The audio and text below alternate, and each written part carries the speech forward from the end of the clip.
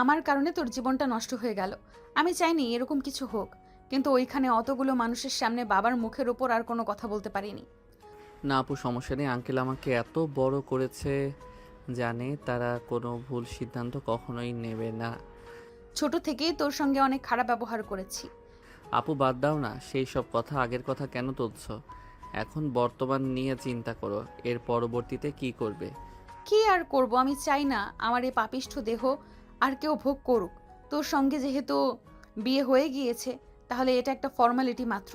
তুই চাইলে তোর পছন্দ করা যে কাউকে বিয়ে করতে পারিস। আমি এতে কোনো অমত করব না। কি বলছো তুমি আপু, মাথা ঠিক আছে?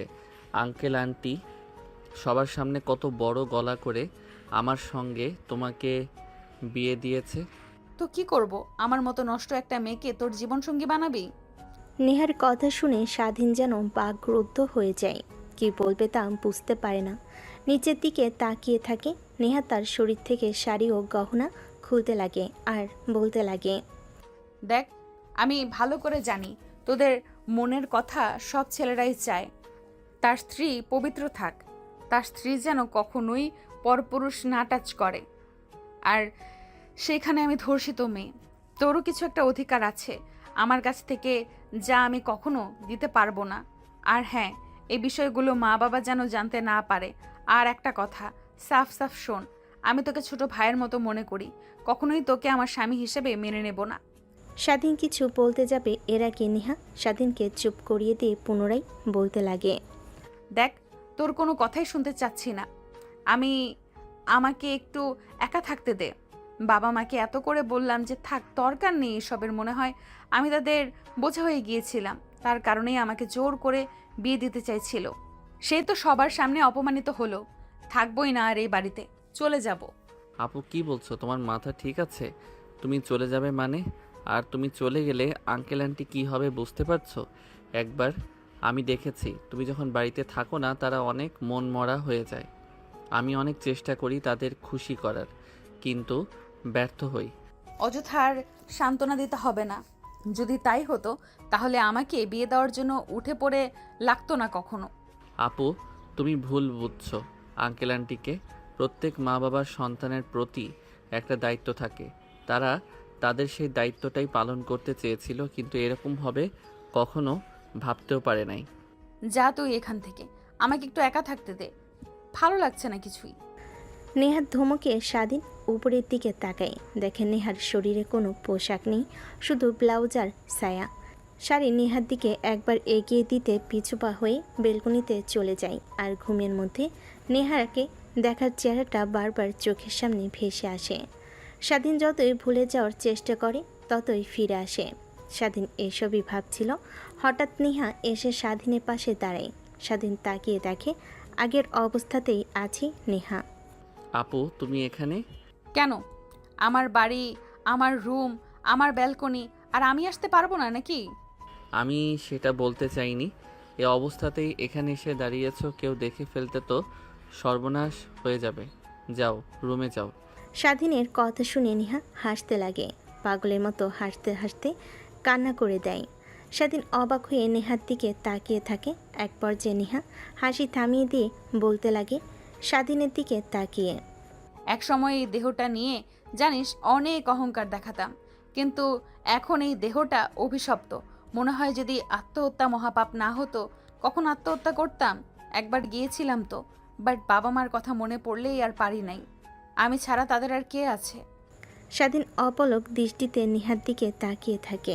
মেয়েটার মাঝে কেমন যেন মায়া আছে, সেটা স্বাধীন ভালো করে বুঝতে পারে।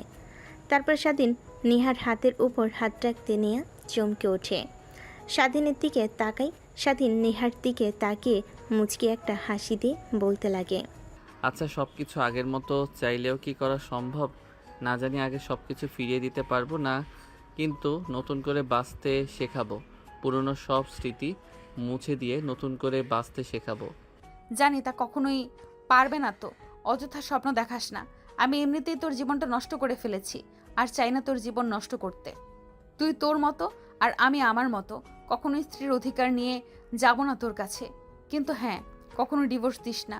আর আমার একটা রিকোয়েস্ট রাখবি, জানি না তুই আদৌ কথাটা রাখবি কি না। হ্যাঁ বলো। আমি আমার যত সম্ভব চেষ্টা করব কথাটা রাখার। আমি মা হতে চাই, আর চাই তোর সন্তানকে আগলে ধরে বাকিটা পথ চলতে। তো সন্তানের বাবার অধিকার নিয়ে কখনো যাব না তোর কাছে, খালি চাই তাকে জড়িয়ে ধরে বাকিটা পথ চলতে পারি যেন।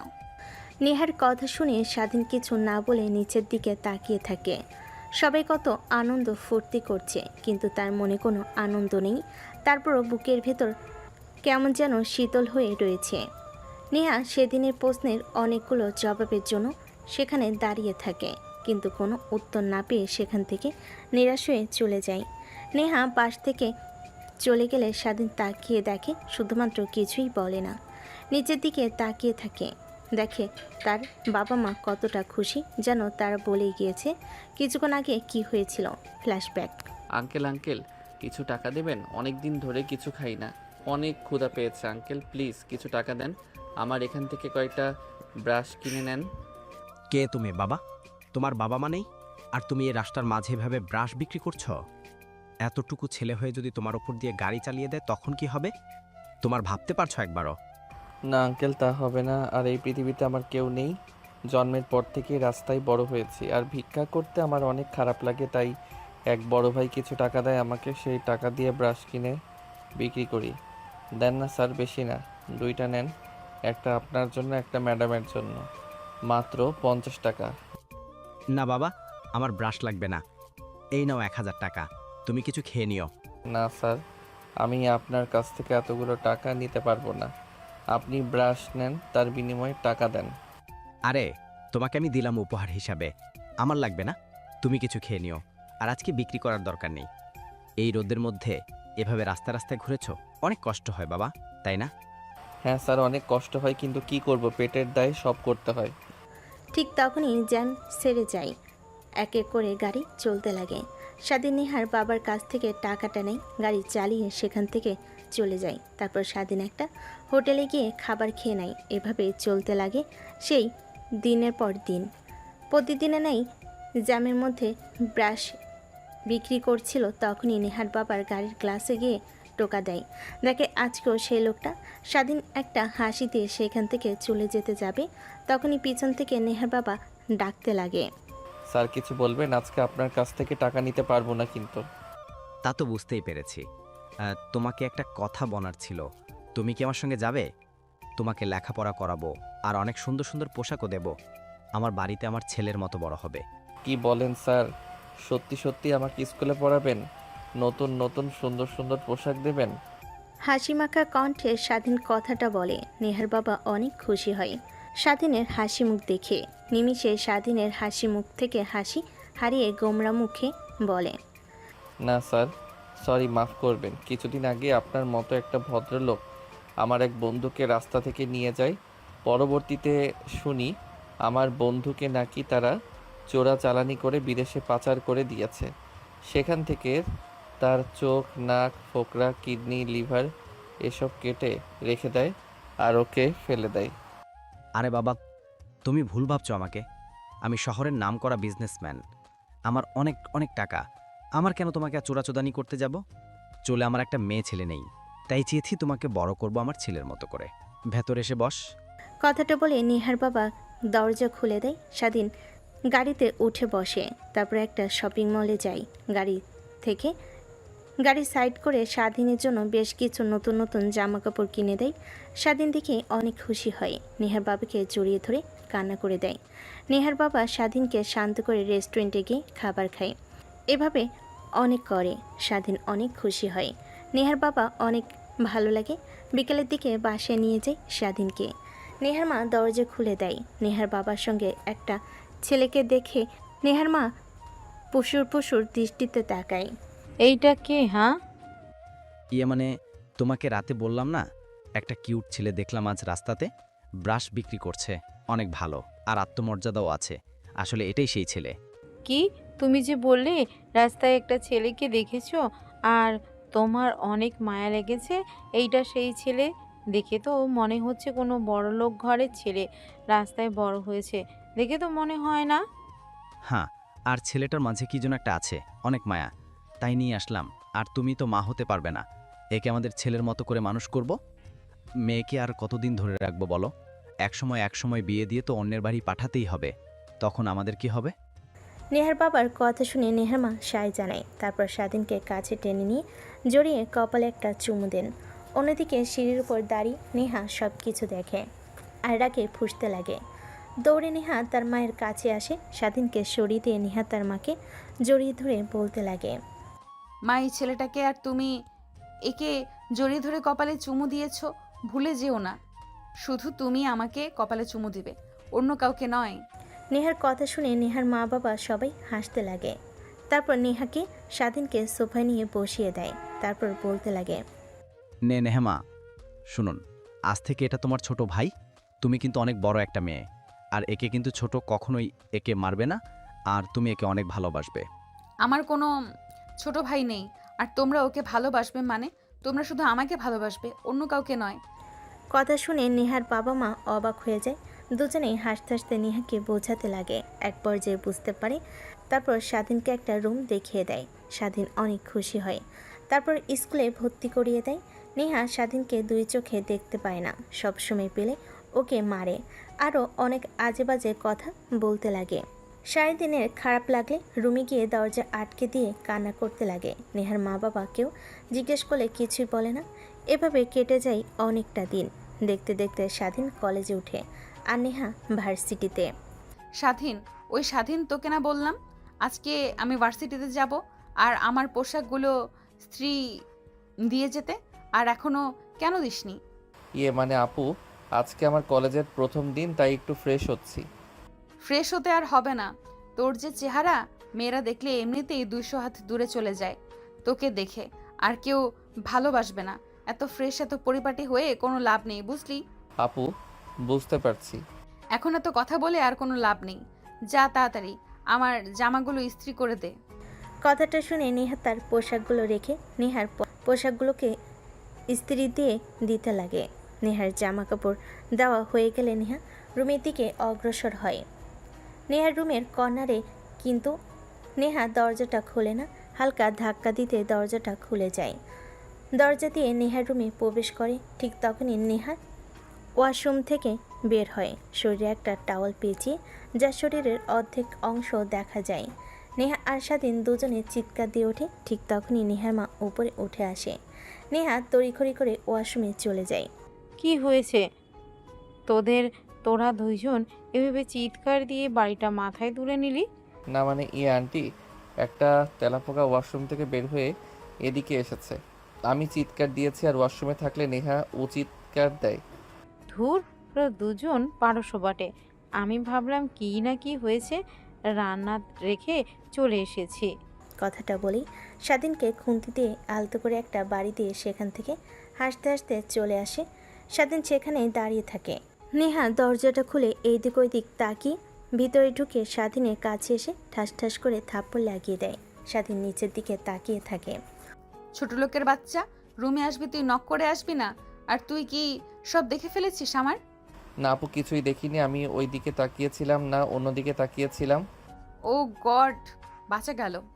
অন্যদিকে স্বাধীন নিচের দিকে তাকিয়ে মুচকি মুচকি হাসতে লাগে। তারপর জামাগুলো এগিয়ে দেয়।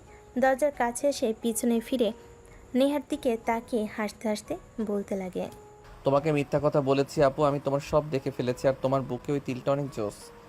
স্বাধীনের কথা শুনে নেহা অগ্নিমূর্তি ধারণ করে। স্বাধীন সেখান থেকে আর এক মুহূর্ত না দাঁড়িয়ে দৌড় লাগে তার রুমের দিকে। নেহা স্বাধীনকে মারার জন্য স্বাধীনের পিছু নিতে লাগে। এক পর্যায়ে স্বাধীনের রুমে চলে আসে। নেহা হাঁপাতে লাগে। যে স্বাধীনের দিকে যেতে যাবে অমনি নেহার শরীর থেকে তাওয়াল খুলে পড়ে যায়। স্বাধীন বড় বড় দৃষ্টিতে তাকে দু হাত দিয়ে নিজের চোখ বন্ধ করে ফেলে। নেহা তাড়াতাড়ি করে তোয়ালে পরিধান করে নেয়। এই লুচ্চা ছেলে, আমার সব দেখে ফেলেছিস, আবার সেটাই আমার মুখের সামনে বলিস? তোর এত বড় সাহস, দাঁড়া তোকে দেখাচ্ছি। আপু, তুমি আর কি দেখাবে? যা দেখার তা তো দেখেই ফেলেছি। আগে তুমি নিজেকে সামলাও। ছোট ভাইকে মারতে আসো আর তো সামলাতে পারো না। স্বাধীনের কথা শুনে নেহা অনেক লজ্জা পায়। স্বাধীনকে একটা থাপ্পড় লাগিয়ে দিয়ে সেখান থেকে চলে যায় বর্তমানে কথাগুলো ভেবেই স্বাধীনের মুখে অজান্তেই হাসি রেখা ফুটে ওঠে। ব্যালকনিতে আর না দাঁড়িয়ে রুমে এসে দেখে নেহা উপর হয়ে শুয়ে আছে। স্বাধীন বারবার নেহার কোমরের দিকে দৃষ্টি যায়, ধীরে ধীরে যেন মাতাল হয়ে যেতে লাগে। স্বাধীন প্রতিনিয়ত নিজেকে সামলাতে লাগে, কিন্তু একটা মেয়ে তার রুমে শুয়ে আছে, তার কোমর দেখা যাচ্ছে। এটা একটা ছেলেকে কাবু করার জন্য যথেষ্ট। স্বাধীন নিজেকে আর কন্ট্রোল করতে না পেরে খাটের উপর বসে পড়ে। নেহা পেছন ফিরে তাকিয়ে স্বাধীনকে দেখে। কিরে কিছু বলবি? না কিছু বলবো না, অনেক ঘুম পাচ্ছে, একটু সাইড দেবে, ঘুমাবো। কি একই বিছানায় তোর সঙ্গে ঘুমাবো? ইম্পসিবল। এই যে বালিশ নিয়ে যা, সোফায় গিয়ে ঘুমিয়ে পড়ো। ন্যাকামি করা হচ্ছে। একটু আগে বেলকনিতে কি বলে আসলেন মনে নেই? বাচ্চার মা হতে চান। এর কাছে না গেলে বাচ্চার মা কি করে হবেন এক খাটে না শুয়ে থাকলে? কি তুই কি তখন ওই কথাটা সিরিয়াসলি ভেবে নিয়েছিস নাকি? আমি তো তোর সঙ্গে জাস্ট ফান করেছি আর তোকে পরীক্ষা করতে চেয়েছিলাম তুই ছেলেটা আদৌ কেমন। আর শোন, একদমই তো কি বুঝতে পারলেন আমি ভালো না খারাপ? না, মানে তোকে যতটুকু খারাপ ভেবেছিলাম, বাট তুমি এত খারাপ না। আগে দেখতাম কলেজের মেয়েদের সঙ্গে ঘুরতে, গাড়িতে করে চলাফেরা করতে, বাট তোর মধ্যে কোনো কামনার লালসা নেই। তোর জায়গায় যদি অন্য কোনো ছেলে থাকতো তাহলে ঠিক আমার কথায় রাজি হয়ে যেত, ধ্যান ধ্যান করে চলে আসতো, কিন্তু তুই তাদের থেকে ভিন্ন। ভিন্ন না, আমি প্রত্যেক ছেলের মতোই। কি? কথাটা বলে স্বাধীন নেহাকে জড়িয়ে ধরে শক্ত করে। নেহা স্বাধীনের কাছ থেকে ছাড়া পাবার আপ্রাণ চেষ্টা করে, কিন্তু স্বাধীন নেহাকে ছেড়ে দেয় না। এক পর্যায়ে নেহা তার চোখ দিয়ে 2 ফোঁটা অশ্রু বের হয়ে পড়ে। স্বাধীনের সেই দুঃখে কোনো কিঞ্চিত পরিমাণের পক্ষে নাই। নেহার শরীর থেকে এক এক করে ছায়া ব্লাউজ খুলতে লাগে। স্বাধীন তার শরীর থেকে শেরওয়ানি খুলে নেহার উপর ঝাঁপিয়ে পড়ে। নেহা চিৎকার করতে গেলেও পারে না। স্বাধীন তার ঠোঁট দিয়ে নেহার ঠোঁট চেপে ধরে। এভাবে অনেকটা সময় পার হয়ে যায়। সেদিন ক্লান্ত হয়ে যায়, নেহার উপর শুয়ে পড়ে। ঠিক তখনই নেহা স্বাধীনকে ধাক্কা দিয়ে সরিয়ে দেয়। স্বাধীন ধাক্কার তাল সামলাতে না পেরে নিচে পড়ে যায়। নেহার দিকে ড্যাপ ড্যাপ করে তাকিয়ে থাকে, দেখে নেহা কান্না করছে। ভেবেছিলাম তুই সব ছেলেদের থেকে ভিন্ন, কিন্তু তুইও অনেক বাজে। তোর মধ্যেও কোনো মনুষ্যত্ব নেই, শুধু লোভ দেখানো অভিনয় করিস তুই। আমি ভেবেও ঘুম পাচ্ছে না, এত ভালো অভিনয় কি করে করতে পারিস? অভিনয় বলতে তুমি আমার বিয়ে করা বউ, আর আমি আমার বউয়ের কাছে যাব না তো কার কাছে যাব? আর আমার অধিকার আছে তোমাকে স্পর্শ করার। আমি তো আর ওই সকল ছেলেদের মতো তোমাকে। স্বাধীনের কথা শেষ না হওয়ার আগে নেহা উঠে এসে স্বাধীনের গালে ঠাস ঠাস করে থাপ্পড় লাগিয়ে দেয়। স্বাধীন অবাক দৃষ্টিতে তাকিয়ে থাকে। নেহা কান্না করে দিয়ে সেখান থেকে উঠে ওয়ার্ড্রপ থেকে 3 পিস বের করে ওয়াশরুমে চলে যায়। স্বাধীন সেইভাবে বসে থেকে খাটের উপর হাত দিয়ে ভাবতে লাগে। আসলে তো নেহা আকর্ষণ যে কাজটা করা আমার মোটেও ঠিক হয়নি। সে হয়তো চেয়েছিল আমাকে সে ভালোবেসে, কিংবা আমি তাকে ভালোবেসে কাছে টেনে নেব, কিন্তু আমার তার উপর এইভাবে জোর জবরদস্তি করা একদমই ঠিক হয়নি। দেখ, সামান্য কোমর দেখে নিজেকে কন্ট্রোল করতে পারলি না তুই, আর কন্ট্রোল করব কি করে? নেহা আপুকে তো দেখতে আর পরিদের থেকে কম নয়, আমার কি দোষ? কথাগুলো ভাবতে লাগে আর হাসতে লাগে। নেহা ওয়াশরুম থেকে বের হলে স্বাধীনকে হাসতে দেখে অনেক রাগ হয়। সেদিকে তাকিয়ে ড্রেসিং টেবিলের সামনে চলে যায়। স্বাধীন তড়িঘড়ি করে প্যান্ট পরিধান করে নেয়, তারপর দৌড় দিয়ে ওয়াশরুমে চলে যায়। ওয়াশরুমে গিয়ে গোসল করা শেষ হলে তখন দেখে সে সাথে সাথে কিছু নিয়ে আসে নাই। কিভাবে এখন বাইরে বের হবে? ওয়াশরুমের দরজা খুলে দিয়ে হালকা করে মাথা বের করে বলতে লাগে, মানে আমি আসলে এসেছি, সাথে কিছুই নিয়ে আসিনি। একটা যদি প্যান্ট আর তোয়ালে এটা দিতেন অনেক ভালো হতো, না হলে এখানে রাত কাটাতে হবে আমার। তো কি হয়েছে, এখানে থাক, বোঝ কেমন লাগে। আর আমার ওয়াশরুম রাস্তার থেকে অনেক ভালো। দেখেন, রাগ উঠিয়ে দিয়েন না, বলছি ভালোই ভালোই। তোয়ালেটা আর আমার রুম থেকে একটা প্যান্ট এনে দিন, না হলে যদি একবার বের হয়ে যায় তাহলে আবার গোসল করাবো বলে দিলাম। তোরা তো শুধু পারিস সেটাই, আর কিছু কি পারিস? আচ্ছা দাঁড়া, আমি তো রুম থেকে প্যান্ট এনে দিচ্ছি। কথা বলতে বলতে দরজা খুলে দেয়। তখনই হামাগুড়ি দিয়ে রুমের মধ্যে নেহার চাচাতো বোন নেহার বান্ধবী ঢুকে পড়ে। নেহা অবাক হয়ে যায়। কিরে, তোর এইখানে আর এইভাবে আরবিতে কি করছিস? মানে আমরা সবাই এখান দিয়েই যাচ্ছিলাম, তাই ভাবলাম বাসর রাতে কী হয় আমাদেরও একটু জানার দরকার, তাই আর কি এখানে দাঁড়িয়ে একটু কান লাগিয়ে শোনার চেষ্টা করছিলাম, কিন্তু কিছুই তো শুনতে পেলাম না। হয়েছে, আর মিথ্যা কথা বলতে হবে না। তোরা এখানে অনেকক্ষণ ধরে দাঁড়িয়েছিলি, যা তোদের মুখ দেখে স্পষ্ট বোঝা। আর এইসব আরই না পেতে আঙ্কেলকে বললেই তো পারিস তোদেরকে বিয়ে দিতে। আর সাথী চাচাকে বলবো নাকি তোকে বিয়ে দিতে? সমস্যা নেই আপু, যদি স্বাধীন বাজার মতো কিউট একটা ছেলে খুঁজে পাও তাহলে আঙ্কেলকে বলিও, আমার এতে কোনো মত নেই। আর কতদিন এভাবে সিঙ্গেল থাকবো বলো? আর তুমি তো ভালো করেই জানো রিলেশন আমার দ্বারা সম্ভব নয়, সব সময় ভুল বুঝি। এর থেকে বিয়ে করে হাজবেন্ডের সঙ্গে মারামারি করলেও এতে ভালো হবে। সাথীর কথা শুনে সেইখানে থাকা সবাই হাসতে লাগে। হাসতে হাসতে সবার হামাগুড়ি খাবার উপক্রম হয়ে যায়। নেহার রাগে সাথীর দিকে তাকায়, সাথে সেইখান থেকে চলে যায়। তারপর নেহার বান্ধবী স্বাধীন আর নেহার দিকে তাকিয়ে বলে, কী রে, তুই দুলাভাইকে রেখে এত রাতে বাইরে বের হয়ে আসলি যে? আর রুমের এই বেহাল দশায় কেন? খাটের এই বেহাল দশা, বিছানা চাদর এলোমেলো, আর তোর চুল ভেজে কেন? তার মানে কি? ধ্যাৎ, তোরা কি বলিস না, একদমই উল্টাপাল্টা ভাববি না, এই বলে দিলাম। তোকে তো আমার ছোট ভাইয়ের মতো মনে করি। হয়েছে, আর অভিনয় করতে হবে না। স্বাধীন যে হট, আর দেখেছি তো, একবার লুকিয়ে সিক্স প্যাক আছে, একবার গেঞ্জি পরে এসেছিল ফিটিং। তুই কেন ওখানে যে? তোর মেয়ে থাকলে যে কোনো কেউই পাগল হয়ে যেত। আচ্ছা বাদ দে, এনজয় কর। আমরা এখন আসি, চল চল সবাই চল। নেহা এখন এনজয় করবে, আমাদের এখান থেকে ওদের ডিস্টার্ব দিতে কোনো লাভ হবে না। কথাটা বলে নেহার বান্ধবীরা সেখান থেকে চলে যায়। নেহার অনেক রাগ হতে লাগে, কিন্তু তারপরও কেন জানি অনেক ভালো লাগে। রুমের সামনে আর না দাঁড়িয়ে স্বাধীনের রুমে চলে যায়। স্বাধীনের ওয়াশরুম থেকে প্যান্ট, টি শার্ট আর গামছা নিয়ে আসে। রুমে দরজা লাগিয়ে দিয়ে দেখে স্বাধীন এখনও ওয়াশরুমের দরজা দিয়ে মাথা বের করে তাকিয়ে আছে। নেহা স্বাধীনের কাছে গিয়ে হাতে গামছা, প্যান্ট, টি শার্ট দিয়ে আসতে যাবে, অমনি ফ্লোরে পানি থাকায় পিচ্ছিল হয়ে যায়। পা পিছলে পড়ে যেতে যাবে, অমনি স্বাধীন বের হয়ে নেহাকে ধরে ফেলে।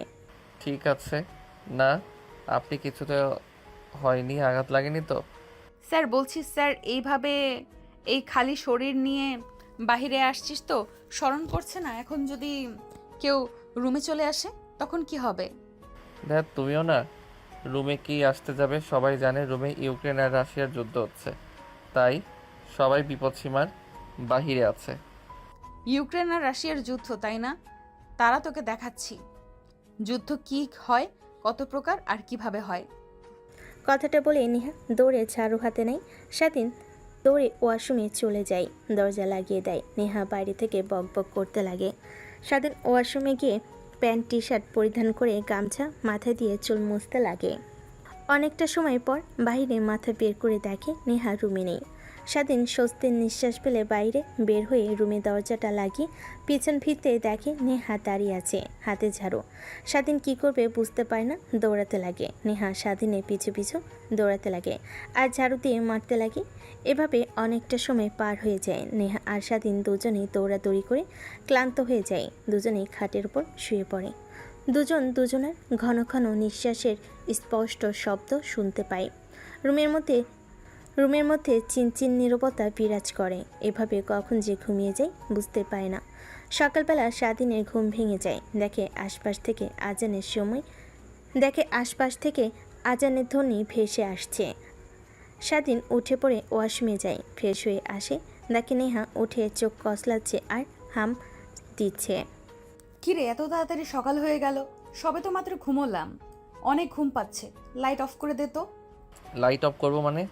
যান, এখন ওয়াশরুমে ফ্রেশ হয়ে আসেন, নামাজ পড়বো, ফজরের আজান দিয়েছে। হ্যাঁ, যা পরে নিব, এখন ঘুমাতে দে। রাতে ঠিকমতো ঘুমাতে পারি নাই কিন্তু। সেই কথা বললে আর হবে না, বলেছি নামাজ পড়তে হবে মানে নামাজ পড়তে হবে। এই পর্যন্ত, যে পর্যন্ত নামাজ না পড়বেন সে পর্যন্ত আমি লাইট অফ করবো না। অন্যদিকে নেহার মা আর বাবা দুজনে নেহাদের রুমের পাশ দিয়ে যাচ্ছিল। হঠাৎ এত সকালে লাইট অন থাকাই বুঝতে পারে না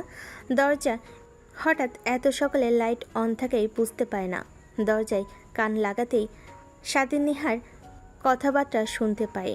আর মা বাবা হাসতে হাসতে তাদের উপরে চলে যায়। তারপর নেহার বাবা সোফায় বসে বলতে লাগে, জানো নেহার মা, আমি হয়তোবা মেয়েটার জীবনসঙ্গী হিসেবে স্বাধীনকে বেছে নিয়ে কাজটা ঠিক করেছি। কারণ একমাত্র তোমার মেয়েকে কন্ট্রোল করতে পারবে স্বাধীন, তাছাড়া অন্য কেউ একদমই পারবে না। কিন্তু নেহা ওই বিষয়ের পর থেকে অনেকটা চেঞ্জ হয়ে গিয়েছে, আগের মতো আর অহংকার করে না। কিন্তু দেখেছো, জানি না স্বাধীনকে আগেও মেনে নিতে পারবে কিনা। আমাদের উচিত ছিল নেহার মত জানার। কি করতাম হ্যাঁ? সবার সামনে অপমানিত হতে হতো। যদি তখন জোরে সোরে না বলতাম, আমার মান সম্মান কোথায় যেত একবারও ভেবে দেখেছো? ফ্ল্যাশব্যাক।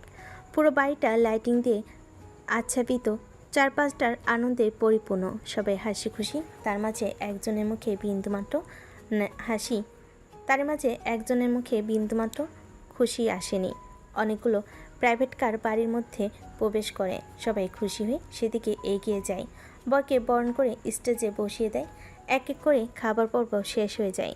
সবাই খাবার খেয়ে বিয়ের কাজ শুরু করতে যাবে, অমনি বরের বাবা বলে ওঠে, এই বিয়ে হবে না। আর কাজী সাহেব, আপনি বিয়ে পড়ানো বন্ধ করুন। আর এই তুই উঠে পড়। এই বিয়ে তোকে করতে হবে না। তোকে এর থেকে ভালো মেয়ের সঙ্গে বিয়ে দেব। ভাই সাহেব, কি বলছেন আপনি? মাথা ঠিক আছে আপনার?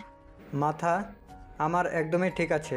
আপনাদের মাথায় সমস্যা না হলে কিভাবে ভাবতে পারলেন যে একটা ধর্ষিতা মেয়েকে আমার ছেলের সঙ্গে বিয়ে দেব? আমাদের কি সমাজে কোনো মূল্যবোধ নেই? ভাবতে পারবেন একবারও? আপনার ধর্ষিতা মেয়েকে বিয়ে করলে সমাজের সামনে আমরা মুখ দেখাতে পারবো কি না? নেহার বাবা আর কিছু বলে না, মাটির দিকে তাকিয়ে থেকে পুরো বাড়ি বিয়ের আমেজটা নিমিষেই বন্ধ হয়ে যায়। নেহার বাবার কোনো প্রতিউত্তর না দেখে বরের বাবা আবার বলতে লাগে, কী ব্যাপার ইমরান সাহেব, কিছু বলছেন না যে? বলুন, কিছু বলুন। আপনার ধর সেটা মেয়েকে কে বিয়ে করবে আছেন এইখানে এমন যে? আর ধর্ষিতা মেয়েকে বিয়ে করবে কার রুচি এত নগণ্য? আমার মেয়ের বিয়ে হবে এখন, আর আপনার সামনে, কিন্তু আপনার ছেলের সঙ্গে নয়। আর কি বলছেন, আমার মেয়ে কি কেউ বিয়ে করবে? এখন বললে হাজারটা ছেলের লাইন দাঁড়িয়ে যাবে। আর আপনি কি বলছেন এসব? আপনি দাঁড়ান, আপনার আর আপনার ছেলের সামনে আমার মেয়ের বিয়ে হবে। বাবার সামনে বড় গলা করে কথাটা তো বলেই ফেললেন।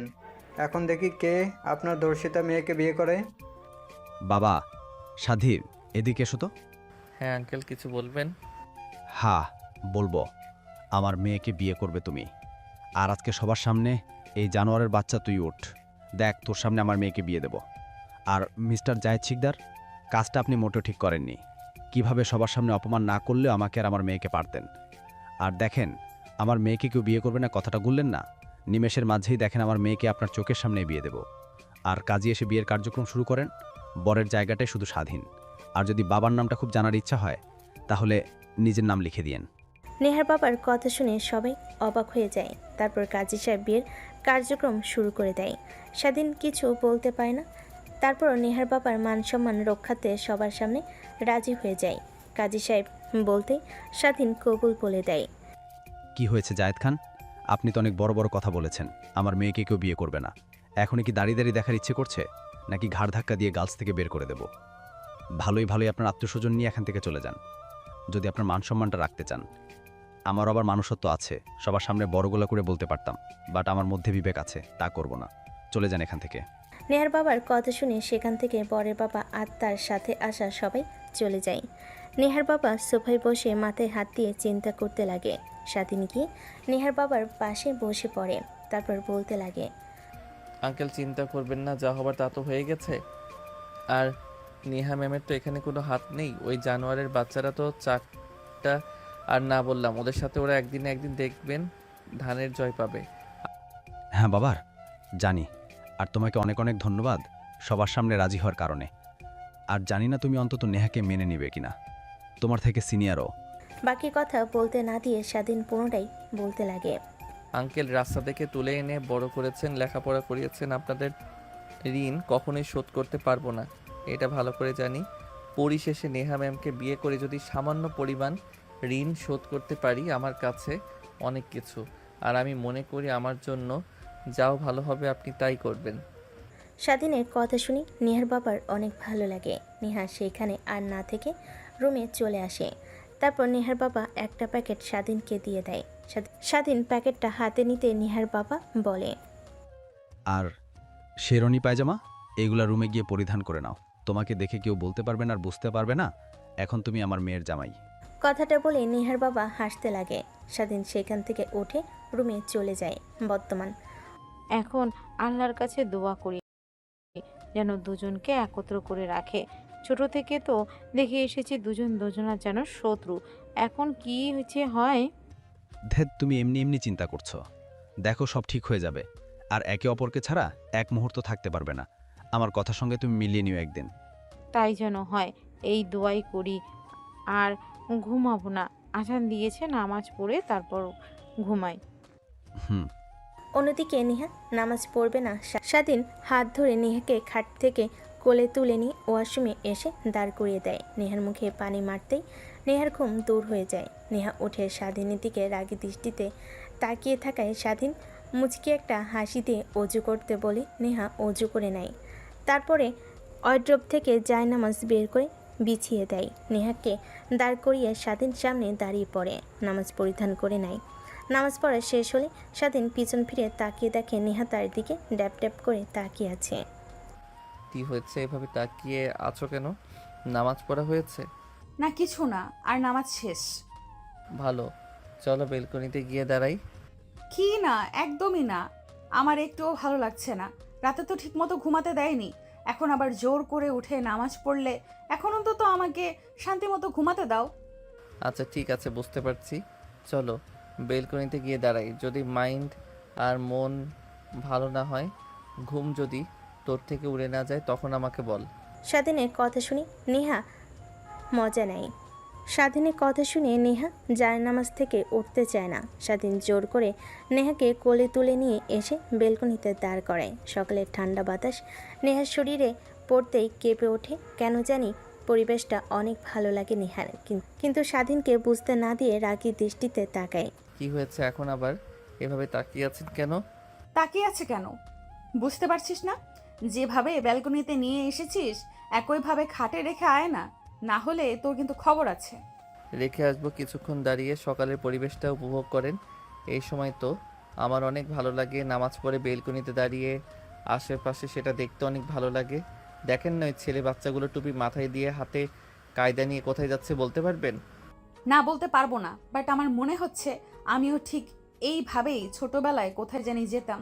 ও আচ্ছা, তার মানে আপনি কোরআন শরীফও পড়তে জানেন? কখনো পড়তে দেখিনি তো। পার্টি একটু একটু। আচ্ছা ওয়েট, তুই কি করে জানলি আমি কোরআন শরীফ পড়তে জানি? আমি তো মাঝে মাঝে রাতের বেলা মন চাইলে পড়তাম, নিশি রাতে কেউ যখন ঘুমিয়ে থাকতো সবাই। নেহার কথা শুনে স্বাধীন মুচকি একটা হাসি দেয়। এই পরিবেশটার সাথে স্বাধীনের হাসি যেন নেহাকে আরও পাগল করে দিতে লাগে, কিন্তু স্বাধীনকে বুঝতে দেয় না। সেইভাবে অনেকটা সময় পার হয়ে যায়। নেহার অনেক ভালো লাগে। হঠাৎ করে স্বাধীন নেহাকে কোলে তুলে নেয়। সোমের আপসিকতায় নেহা চমকে স্বাধীনের গলা জড়িয়ে ধরে রাগী দৃষ্টিতে তাকায়। স্বাধীন নেহাকে রুমে নিয়ে এসে খাটের উপর শুয়ে দিয়ে এসে শুয়ে পড়ে। নেহা উঠতে যাবে, অমনি স্বাধীন নেহাকে শক্ত করে জড়িয়ে ধরে শরীরের উপর গা দিয়ে ঘুমিয়ে পড়ে। নেহা কিছু বলতে গেলে কিস করে দেয়। নেহা কিছু বলতে পারে না, এক পর্যায়ে চুপ করে ঘুমানোর চেষ্টা করে। একটু পর তারা দুজনেই ঘুমিয়ে যায়। নেহার ঘুম ভেঙে গেলে ঘড়ির দিকে তাকিয়ে দেখে সকাল 9টা বাজে। তড়িঘড়ি করে শোয়া থেকে উঠে বসে। স্বাধীন পাশে শুয়ে আছে ছোট বাচ্চাদের মতো। নেহা স্বাধীনের দিকে এক পলক তাকিয়ে উঠে ওয়াশরুমে চলে যায়। ওয়াশরুম থেকে বের হয়ে ড্রেসিং টেবিলের সামনে বসে থেকে চুল আঁচড়াচ্ছিল। স্বাধীনের ঘুম ভেঙে সামনে নেহাকে এমন অবস্থায় দেখে অনেক ভালো লাগে। শুয়ে থেকে ড্যাপ ড্যাপ করে তাকিয়ে থাকে। নেহা স্বাধীনের দিকে আয়নায় দেখে স্বাধীন তার দিকে ড্যাপ ড্যাপ করে তাকিয়ে আছে। পিছন ফিরে স্বাধীনের দিকে তাকিয়ে নেহা বলতে লাগে, হয়েছে, আর কত ঘুমাবি? যা তাড়াতাড়ি গাড়ি গিয়ে বের কর, কলেজে যেতে হবে। এই বিয়ে বিয়ে করে অনেক দিন হলো কলেজে যাওয়া হয়নি, অনেকগুলো চ্যাপ্টার পিছে পড়ে গেলাম। আচ্ছা ঠিক আছে, আমি এখনই রেডি হয়ে আসছি। আর শোন আরেকটা কথা, আমাদের যে বিয়ে হয়েছে এইটা তুই আবার যেন কলেজের কাউকে বলিস না, তাহলে আমার কিন্তু মান সম্মান ধুলোয় মিশে যাবে। নেহার কথা শুনে স্বাধীনের অনেক খারাপ লাগে, কিন্তু নেহাকে বুঝতে না দিয়ে ঠোঁটের কোণায় মুচকি একটা হাসি টেনে রেখে রুম থেকে বের হয়ে তার রুমে চলে যায়। ওয়াশরুমে গিয়ে ফ্রেশ হয়ে গোসল করে রুমে এসে পোশাক পরিধান করে। একটা ব্যাগ কাঁধে নিয়ে বাইরে গাড়িতে এসে অপেক্ষা করতে লাগে। একটু পরে চলে আসে, গাড়িতে উঠে বসে। পাশের সিটে স্বাধীনে ব্যাগ দেখতে পেয়ে নেহা গাড়িতে বসে প্রশ্ন করে। কিরে, ব্যাগটা কার? আর তোকে না বললাম আমাকে ডাক দিতে? ডাক দিলে না কেন? একে তো অনেক লেট হয়ে গিয়েছে। আমি ভাবলাম তুই এখনও রেডি হোসনি, তার জন্যই বসেছিলাম রুমে। সরি ম্যাম, আর ব্যাগটাতে আমার বই আছে, অনেক দিন হলো আমি ক্লাস করি না, তাই ভাবলাম আজকে ক্লাস করব। ক্লাস করবে মানে? তুই পড়ালেখাও করিস? মানে আপনি যে কলেজে পড়েন আমি ওই কলেজে ভর্তি হয়েছি ইন্টার ফার্স্ট ইয়ারে। গ্রাম থেকে এসএসসি পরীক্ষা দিয়ে এসেছিলাম, তাই ভাবলাম লেখাপড়াটা যেন চালিয়ে যেতে পারি, তাই ভর্তি হয়েছিলাম। ক্লাস করা হয়েছে 2-1 বার আপনার চোখ ফাঁকি দিয়ে, তাই ভাবলাম এখন তো ফ্রি, তাই আর কি। আচ্ছা ঠিক আছে, তা বুঝতে পারছি। এখন মন দিয়ে গাড়ি চালা, আর আমি ফোন করলেই চলে আসিস। বেশিক্ষণ ক্লাস করব না, জাস্ট বান্ধবীদের সঙ্গে দেখা করে আসব আর নোটগুলো নিয়ে আসব। স্বাধীন মাথা দিয়ে হ্যাঁ বোঝায়। তারপর সেখান থেকে সোজা কলেজ পার্কিং লটে গাড়ি রেখে নেহা তার ক্লাসরুমে, স্বাধীন তার ক্লাসরুমে চলে যায়। স্বাধীন ক্লাসরুমে গিয়ে বসতেই পাশে তাকিয়ে দেখে একটা ছেলে বসে আছে, খাতায় কী যেন লিখছে। স্বাধীন কৌতূহল নিয়ে ছেলেটাকে প্রশ্ন করে। আচ্ছা, তুমি মনোযোগ দিয়ে কি করছো? আর বলিও না ভাই, কালকে স্যার একটা ম্যাথ করতে দিয়েছেন, ক্লাসের কেউ পারেনি, আমিও পারি নাই, তাই ম্যাথটা তুলে নিয়ে গিয়েছিলাম। রাতভর চেষ্টা করেছি, তাও পারি নাই। এখন চেষ্টা করছি, দেখি পারি কি না। যদি পারি স্যার অনেক বাহবা দিবে। ও আচ্ছা, দেখি আমিও ম্যাথটা পারি কি না। ছেলেটা কৌতূহল নিয়ে স্বাধীনের দিকে তাকায়। বেশ কিছুক্ষণ তাকিয়ে থাকার পর বলতে লাগে। তুমি কে? তোমাকে তো চিনতে পারলাম না। আমি তো প্রত্যেক দিন নিয়মিত ক্লাস করি, বাট তোমাকে কখনো তো দেখি নাই। ভর্তি হয়েছি, বাট ক্লাস করতে খুব একটা আশা হয়নি, মাসে 1 বার কি 2 বার এসেছি, তাই হয়তো দেখোনি আমাকে। ও আচ্ছা, তাই হবে বোধহয়। আর এই নাও, দেখো তো পারো কি না। তারপর স্বাধীন ম্যাথটা দেখে বুঝতে পারে অনেক কঠিন, বাট সে পারবে। তারপর সেটাকে বুঝিয়ে বুঝিয়ে ম্যাথটা কমপ্লিট করতে লাগে। প্রায় 10 মিনিট পর কমপ্লিট করে ছেলেটা স্বাধীনের দিকে ড্যাপ ড্যাপ করে তাকিয়ে থাকে। বাহ, তুমি তো অনেক জিনিয়াস। তুমি ক্লাসে ঠিক মতো আসো না, তারপরও এত কঠিন একটা ম্যাথ তুমি সলিউশন করে ফেলেছো। যেখানে আমাদের মতো ক্লাস টপারও পারে নাই, সেখানে তুমি কিনা ঠিক মতো ক্লাস নাইস ইউ কমপ্লিট করলে। ক্লাসে না আসলে কী হবে? আমি প্রত্যেক দিন রাতের সময় পেলে বই খুলে একটু পড়ি, বাট খুব একটা মনোযোগ দিতে পারে না, সব সময় কাজ করতে হয়। আচ্ছা, বাদ দাও। তারপর স্বাধীন আর ছেলেটা দুজনের সঙ্গে কথা বলতে লাগে। ক্লাস টাইম শুরু না হয় স্যার এখনও ক্লাসে আসেনি। একটু পর ক্লাসরুমের বাইরে থেকে অর্থাৎ মাঠ থেকে অনেক হট্টগোল শোনা যায়। সবাই কৌতূহল নিয়ে বাইরে বের হয়। তাদের পিছু পিছু স্বাধীনও ছেলেটাও বাইরে চলে আসে। স্বাধীন বাইরে এসে তো অবাক হয়ে যায়। একটা ছেলেকে জুতা দিয়ে মারছে আর চারিদিকে গোল করে সবাই তাকিয়ে তাকিয়ে শুধু তামাশা দেখছে। স্বাধীন দৌড়ে নিচে চলে যায়, ভিড় ঠেলে নেহাকে বের করে নিয়ে আসতে লাগে। অনবরত বলতে লাগে। কুত্তার বাচ্চা, ওর অত বড় সাহস, তুই আমাকে বাজে প্রস্তাব দিস? তোর মতো ছেলে আমার পায়ের জুতা সাফ করারও যোগ্য না, আর তুই কি না আমাকে উল্টোপাল্টা কথা বলিস? আজ তোর একদিন কি আমার একদিন। এই তুই ছাড় ওকে, আমি দেখে নিব। আরে ম্যাম, পাগল হয়েছেন নাকি? আপনি ওর মতো বকাটা ছেলেকে এভাবে অপমান করলেন, ও যদি প্রতিশোধ নেয়। আগে তুই আমাকে ছাড়, ওর কত বড় সাহস আমাকে আজে বাজে কথা বলে। নেহা ছেলেটাকে আজে বাজে কথা বলতে লাগে। স্বাধীন বাধ্য হয়ে নেহার মুখ চেপে ধরে কলেজের পিছে নিয়ে গিয়ে একটা গাছের নিচে বসিয়ে দেয়। নেহা অনবরত হাঁপাতে লাগে। স্বাধীন নেহার দিকে তাকিয়ে থাকে। ম্যাম, আপনি কি পাগল হয়েছেন? আপনি তোকে চেনেন? এই কলেজের বখাটের ছেলে, ও মেয়েদের ডিস্টার্ব করে। ওর বিরুদ্ধে যদি কোনো মেয়ে প্রতিবাদ করে তাহলে তার কি অবস্থা হয় সেটা তো আপনি ভালো করে জানেন। আপনি কেন অযথা ওর সঙ্গে লাগতে গেলেন ম্যাম? তুই চুপ কর। সব মেয়ে চুপ করে থাকে বলে আমিও চুপ করে থাকবো? এমনটা মোটেও করব না। আমিও কম না, আমাকেও চেনে না। ওর পাওয়ার হয়তো থাকতে পারে, বাট আমার থেকে বেশি না। আমি কাউকে দেখাই না, ভালোভাবে চলাফেরা করি, তার মানে এই না যে আমার বাবার সম্পদ কম। নেহা অনবরত পটপট পটপট করতে লাগে। স্বাধীনের খারাপ লাগতে লাগে, কিন্তু কিছু বুঝতে না দিয়ে স্বাধীন তার ব্যাগ থেকে পানির বোতল বের করে নেহার দিকে এগিয়ে দেয়। নেহা ঢক ঢক করে পুরো পানির বোতল সাবার করে ফেলেন। ম্যাম শান্ত হন। আর কি হয়েছে আপনার? কখনো তো আপনাকে কলেজে এভাবে রাগান্বিত হতে দেখিনি। ওরা জানতে পারছে আমার বিয়ে ভেঙে গিয়েছে, বাট তোর সঙ্গে বিয়ে হয়েছে এটা জানে না। আর রেপ হয়েছে এটা তো ওর আগে থেকেই জানে, তাই বাজে প্রস্তাব দিয়ে বলে আমি যেন তাদের সঙ্গে উল্টোপাল্টা কাজ করি, কারণ আমার কখনো তো বিয়ে হবে না, আমার তৃপ্তি যেন ওরা মিটিয়ে দেয়। এসব কথা বলতে লাগে। বল, কারোর মাথা ঠিক থাকতে পারে? হ্যাঁ ম্যাম, বুঝতে পারছি। তাই বলে ছেলেগুলোকে ওইভাবে মারা একদমই ঠিক হয়নি। কলেজের প্রত্যেককেই দেখেছেন। এখন ওরা যদি আপনার উপর আক্রমণ করে তখন কি হবে ভাবতে পারছেন একবারও? যা হবার তাই হবে। এখন চল, বাসায় যাব, ভালো লাগছে না, মুডটাই নষ্ট করে দিয়েছে। ভাবলাম অনেক দিন পর কলেজে এসে বান্ধবীদের সঙ্গে আড্ডা দেব, তা আর হলো না। কথাটা বলে নেহা উঠে দাঁড়ায়। নেহা আগে আগে যেতে লাগে। স্বাধীন পিছে পিছে গাড়ির কাছে এসেই স্টার্ট দিতে যাবে, অমনি ছেলেগুলো হকি স্টিক নিয়ে গাড়ির সামনে এসে দাঁড়ায়। নেহা ভয় পেয়ে গুটিসুটি মেরে গাড়ির মধ্যে বসে থাকে। ম্যাম এখন কি করব? ওরা তো এখন গাড়ির ভাঙচুর করবে আর সামনে দাঁড়িয়ে আছে। ওদের উপর দিয়ে তো আর গাড়ি চালিয়েও যেতে পারবো না।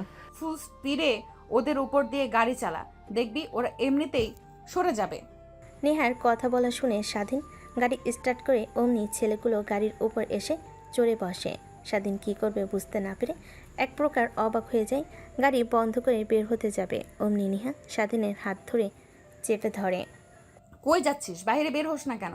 ওরা তো তোকে মারধর করবে। গাড়ির ভেতরে থাক, গ্লাস তো বুলেট প্রুফ, ওরা ভাঙতে পারবে না। আমি পুলিশকে কল করছি এক্ষুনি। নেহার কথা শুনে স্বাধীন নেহার হাত তার হাতের উপর থেকে সরিয়ে দেয়। নেহার কথার প্রতি উত্তরে মুচকি একটা হাসি দিয়ে গাড়ি থেকে নামে। ছেলেগুলো দৌড়ে চারিদিকে হকি স্টিক নিয়ে মারতে আসে। স্বাধীন ছেলেগুলোর প্রত্যেকটা হকি স্টিকের বাড়ি প্রতিহত করতে লাগে। এক প্রকার একটা ছেলেকে নাকে ঘুষি দিতে ছেলেটা দূরে গিয়ে পড়ে যায়। এক এক করে প্রত্যেককেই একই ধরনের মারতে লাগে। কলেজে সবাই উপস্থিত হয়ে যায়। সবাই তাকিয়ে তাকিয়ে শুধু মুভি দেখার দৃশ্য দেখতে থাকে। কলেজে সবাই উপস্থিত হয়ে যায়। সবাই তাকিয়ে তাকিয়ে শুধু মুভি দেখার দৃশ্য দেখছে, কেউ কিছু বলছে না। এক পর্যায়ে সবাই মাটিতে লুটি হামাগুড়ি খেতে লাগে। স্বাধীন ওইখানে আর না দেরি গাড়িতে উঠে স্টার্ট দিয়ে বাড়ির দিকে যেতে লাগে। নেহা অবাক দৃষ্টিতে স্বাধীনের দিকে এক ধ্যানে তাকিয়ে থাকে। তুই আসলেই কি আর ওই ছেলেগুলোকে একা এইভাবে মারলি নাকি? অন্য কেউ ছিল নাকি? চোখের ভুল, আমি ভুল দেখলাম। দ্যাট ম্যাম, আপনিও না শুধু শুধু মস্করা করছেন। তুই এতগুলো ছেলের সঙ্গে কিভাবে একাই ফাইট করলি? আমার মাথাতে কিছুই ঢুকছে না। যেখানে কিনা পুরো কলেজের সবাই ওদের বিরুদ্ধে দাঁড়াতে ভয় করে, আর সেখানে তুই একাই ওদের মারতে মেরে কুপকাত করে মাটিতে ফেলে দিয়েছিস। ম্যাম, আমি গ্রামের ছেলে, গ্রামের টুকটাক ফাইটিং শিখেছিলাম। বন্ধুরা মিলে একটা গ্যাং তৈরি করেছিলাম। আমাদের গ্রামে অনেক চুরি হতো, ডাকাতি হতো। তার প্রতিরোধ করার জন্য এক পর্যায়ে সবাই ভয় পেয়ে আমাদের গ্রামে আর ডাকাতি চুরি করতে আসে নাই। সেই অভিজ্ঞতা এখন রয়ে গিয়েছে। আচ্ছা, বুঝতে পারছি। নেহার সঙ্গে কথা বলতে বলতে গাড়ি এসে বাড়ির সামনে দাঁড় করে। নেহা নেমে পড়ে। স্বাধীন পার্কিং লটে গাড়ি রেখে বাসার মধ্যে ঢুকতে যাবে, অমনি সাই করে 3টা গাড়ি বাসার ভিতর প্রবেশ করে। দেখে মাঝখানে গাড়ি থেকে নেহার বাবা দৌড়ে বের হচ্ছে। স্বাধীনকে দেখতে পেয়ে নেহার বাবা দৌড়ে এসে জড়িয়ে ধরে বলতে লাগে, বাবা, তোমাকে অনেক অনেক ধন্যবাদ আমার মেয়েকে বাঁচানোর জন্যে। তুমি কলেজে কি করেছো, নেহা কি করেছে সব আমার কানে এসেছে। আমি আগে থেকেই বলেছিলাম তোর বডিগার্ড লাগবে, বডিগার্ড রাখবা। ও আমার কথা একদমই শোনে না। ও বারবার বলে যে আমি সাধারণ মানুষের মতো চলাফেরা করি। আর যদি তুমি না থাকতে তাহলে ওর কী হতো বাবা, বুঝতে পারছো?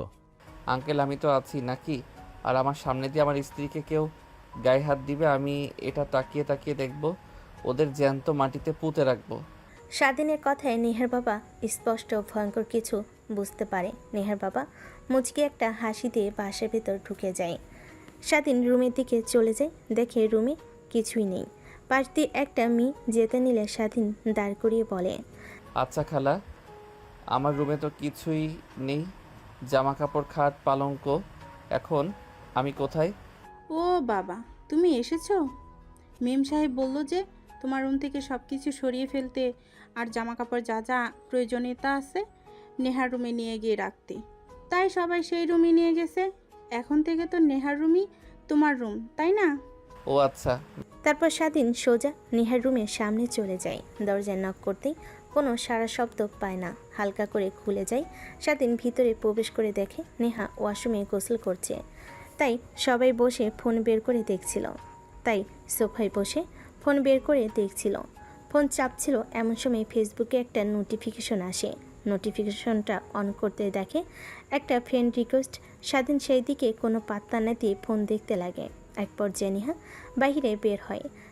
সামনে স্বাধীনকে দেখতে পেয়ে প্রশ্ন করে, কিরে, তুই এই রুমে কি করছিস?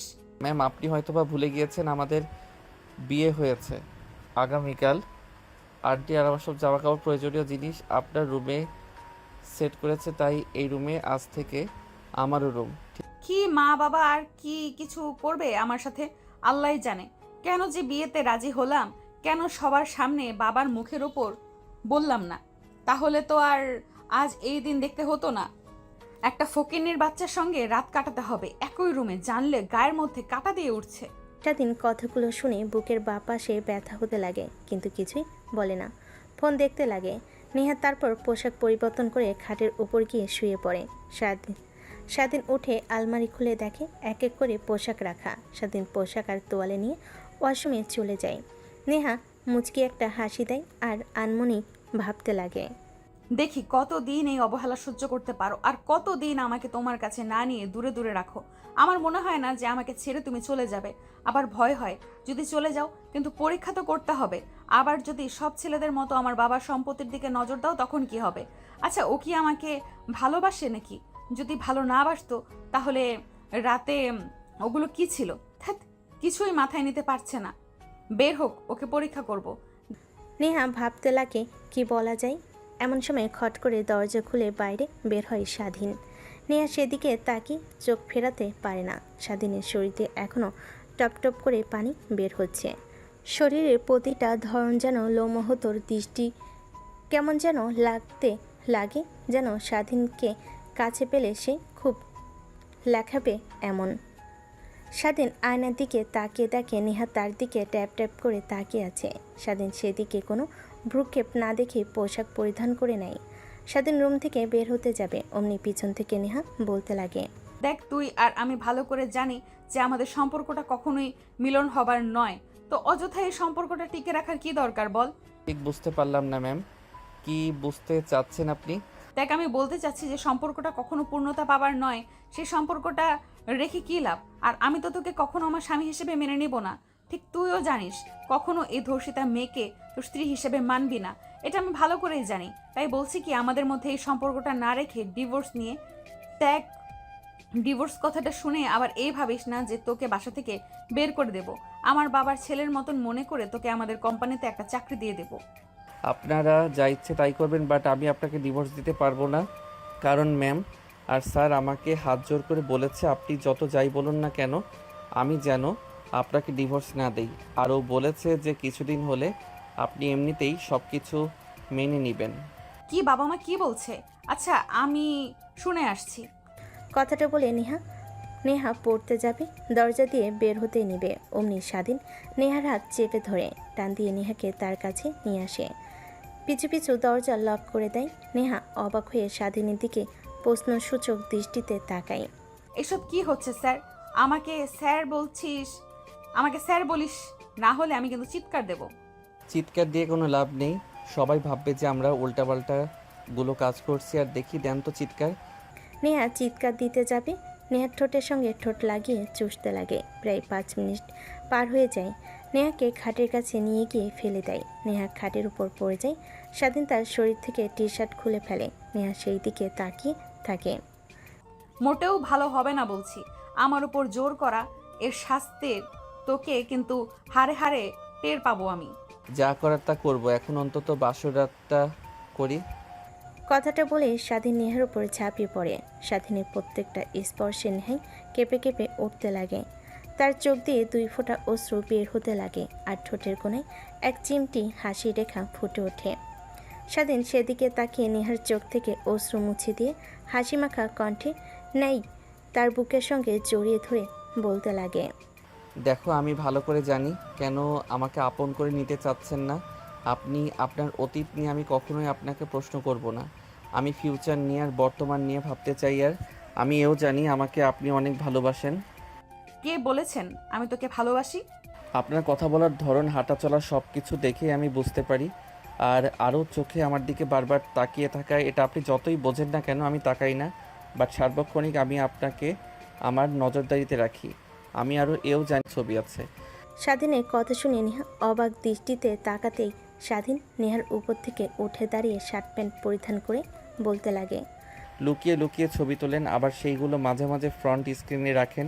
কল আসলে সব দেখতে পাই, এক এক দিনে এক একটা পিক দেখতে পাই। এ ধারায় ধারণা পেয়ে গিয়েছি যে আমি ধ্যাত, ধরাই পড়ে গেলাম। ভেবেছিলাম যে আমি তোকে আমার ভালোবাসার কথা প্রকাশ করব না, দেখবো কতদিন এভাবে আমাকে আগলে রাখতে পারিস, কিন্তু সত্য জেনেই গেলি।